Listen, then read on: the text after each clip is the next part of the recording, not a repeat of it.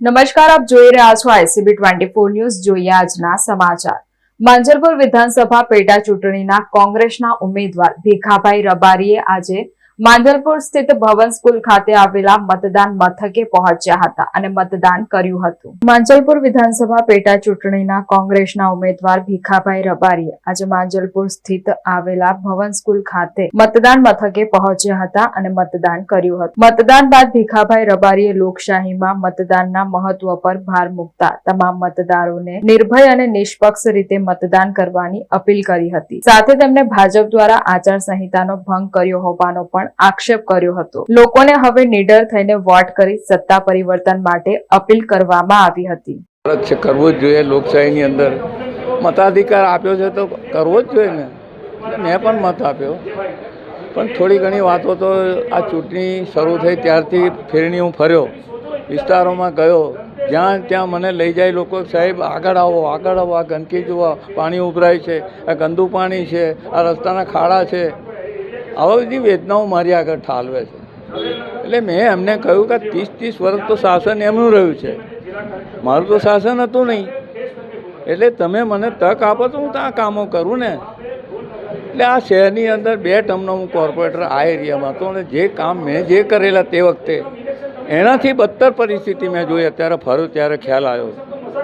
એટલે આ વડોદરા શહેરને જાણે ખાડાઓની નગરી બની ગઈ હોય. બધા પેપરોમાં આજે લખ્યું આખા ખાડાઓનું સામ્રાજ્ય. અને કમિશનર રોજ અધિકારીઓ ખખડાવે છે એ ખાડા ગણો, ખાડા ક્યાં છે, ક્યાં પડ્યા છે, આ કામ છે.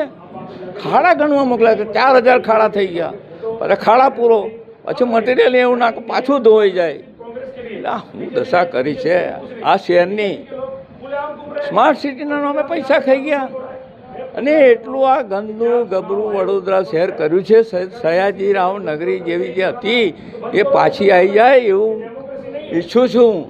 અને એટલી હદ સુધી કે આખી વિશ્વામિત્રી તો ખાઈ ગયા, કમાણીનું સાધન જ કરી નાખ્યું. એમના બંગલા થઈ ગયા, એ બધા બંગલાઓમાં રહે છે. હવે તો દુઃખ એ છે કે વિશ્વામિત્રીનું આખા શહેરનું ગટરનું પાણી ઠેલવાય, પેલા મગરો બહાર નીકળે છે, લટાર મારવા રોડ પર આવે છે, લોકો ભયભીત થાય છે. એને હવે લખવું પડશે કે રિસ્ટ્રિક્ટેડ ઝોન છે, મગરોથી બચો. આચાર સંહિતાનો ભંગ એટલે હમણાં જ ફરિયાદ આવી કે રેલવે કોલોની પાછળ જે વસાહતો ચાલે છે એની અંદર ભાજપવાળા ખુલ્લેઆમ ખેસ પહેરીને નીકળે છે. રાતે ધમકીઓ આપી, આ વિસ્તારોની અંદર દારૂ વેચો, પૈસા આપ્યા. આ ભાજપ આ કરે છે. આ સત્તા સામે અમે ટકી શકીએ ને. એવા ભ્રષ્ટાચારીઓ બધા પૈસા ભેગા કરેલા છે તો વાપરશે. અને જનતાને પણ નમ્ર વિનંતી કરી છે કે તમારો વોટ ના વેચાય, જોજો. ફરીથી આપને હું વિનંતી કરું છું જનતા જનાર્દન, મેં તો સક્ષમતા મારી પ્રૂવ કરી છે. મેં 50 વર્ષ સુધી આ એરિયાની અંદર મેં કામ કરેલું છે.